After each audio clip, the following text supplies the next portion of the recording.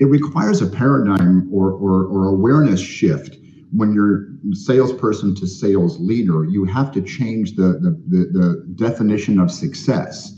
And now your success is based on the work of others and how you can coach them and bring them along. And I think what happens is, as salespeople, we are very much accustomed to telling someone how to do something. Now you got to tell your team what to do.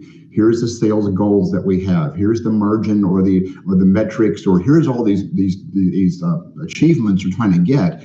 Each person on your team may get them differently. They may do them differently than you did them, which made you successful, but it doesn't mean the team will be less successful. So changing your approach to relying on others and then letting others do the work. You're not telling them how to do it. You're telling them, here's the road we're on. This is the goal at the end of the road, and we need to get there.